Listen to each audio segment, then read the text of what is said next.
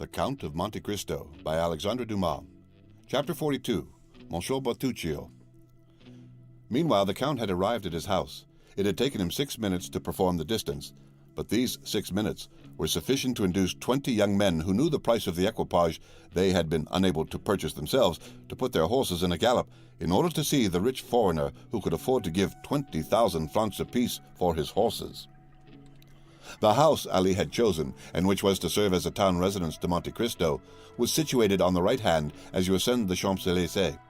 A thick clump of trees and shrubs rose in the center and masked a portion of the front. Around this shrubbery, 2 alleys like 2 arms extended right and left, and formed a carriage drive from the iron gates to a double portico, on every step of which stood a porcelain vase filled with flowers.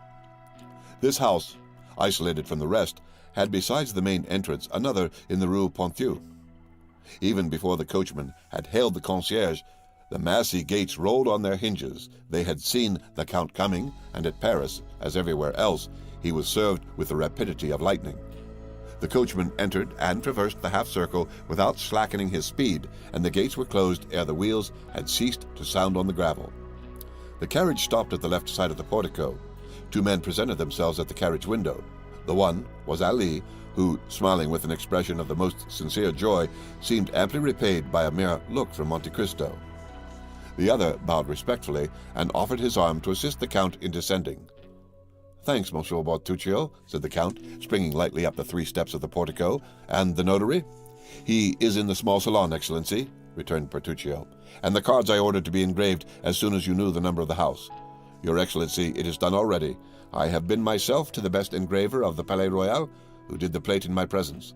The first card struck off was taken, according to your orders, to the Baron Danglars, Rue de la Chaussée d'Antin, No. 7. The others are on the mantelpiece of your Excellency's bedroom." "Good. What o'clock is it?" 4 o'clock. Monte Cristo gave his hat, cane, and gloves to the same French footman who had called his carriage at the Count of Morcerf's, and then he passed into the small salon, preceded by Bertuccio, who showed him the way. "These are but indifferent marbles in this antechamber," said Monte Cristo. "I trust all these will soon be taken away?" Bertuccio bowed. As the steward had said, the notary awaited him in the small salon. He was a simple-looking lawyer's clerk, elevated to the extraordinary dignity of a provincial scrivener. "You are the notary empowered to sell the country house that I wish to purchase, monsieur?" asked Monte Cristo. "Yes, Count," returned the notary. "Is the deed of sale ready?" "Yes, Count. Have you brought it?" "Here it is." "Very well. And where is this house that I purchase?" asked the Count carelessly, addressing himself half to Bertuccio, half to the notary. The steward made a gesture that signified, "I do not know." The notary looked at the Count with astonishment. "What?" said he. "Does not the Count know where the house he purchases is situated?"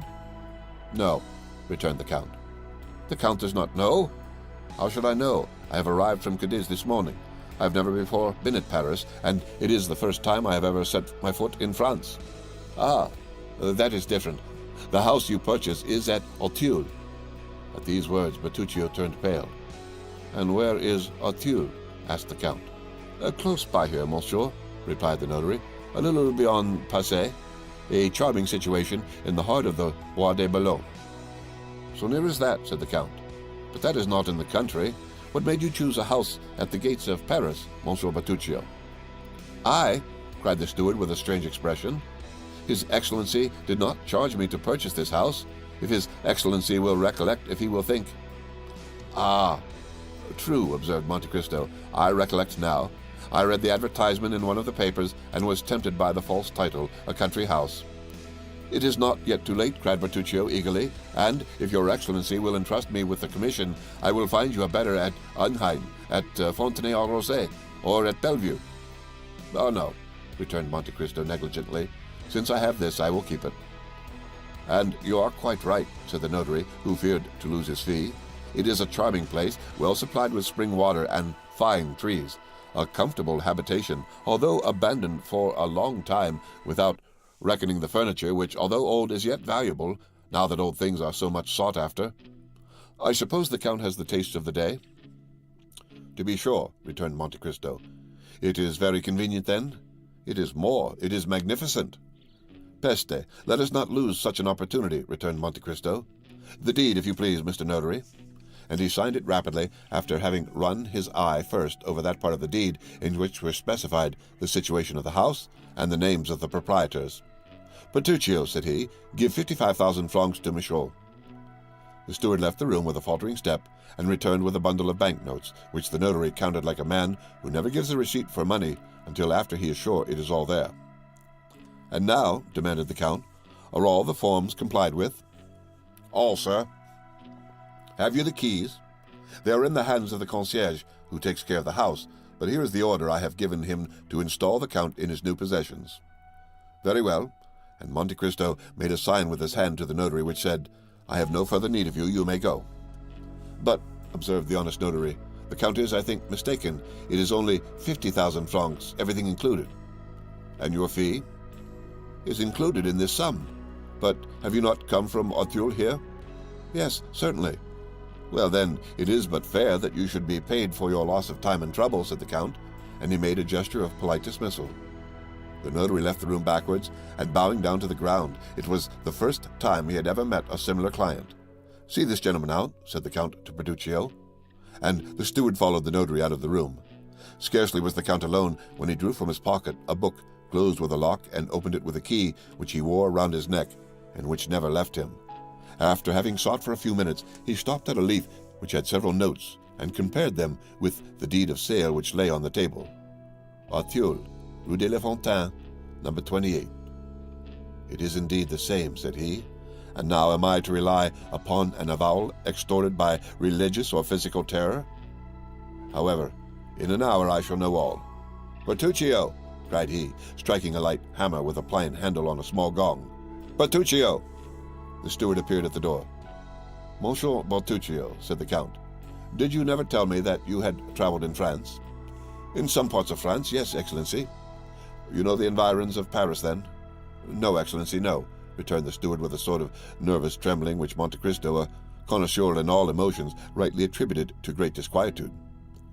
"It is unfortunate," returned he, "that you have never visited the environs, for I wish to see my new property this evening, and had you gone with me, you could have given me some useful information." "To Auteuil?" cried Bertuccio, whose copper complexion became livid. "I? Go to Auteuil? Well, what is there surprising in that? When I live at Auteuil, you must come there as you belong to my service." Bertuccio hung down his head before the imperious look of his master and remained motionless without making any answer.